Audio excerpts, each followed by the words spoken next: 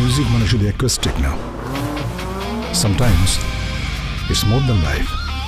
Rockstar teaser release হওয়ার পর একটা প্রশ্ন সবার মাথায়, এটা কি সত্যিই প্রিন্সের মতো হতাশ করবে, নাকি এবার কিছু আলাদা হতে যাচ্ছে? টিজারের শুরুতেই শাকিব খানের ড্যাশিং লুক আর ভয়েস, একদম Rockstar vibe. Music is not just sound, এই ডায়লগটাই বলে দে এটা শুধু গান না, একটা ইমোশন। পুরো টিজারে আমরা দেখি একজন সাধারণ ছেলে থেকে গ্লোবাল রকস্টার হয়ে ওঠার জার্নি। কনসার্ট, ফ্যান, সাকসেস সবই আছে, কিন্তু সেই সাথে আছে ডার্ক সাইড, নেশা, রাগ, ডাউনফল। সবচেয়ে ইন্টারেস্টিং ব্যাপার হলো এই টিজারে একটা rise and fall story clearly দেখানো হয়েছে, মানে শুধু গ্ল্যামার না, স্ট্রাগলও আছে।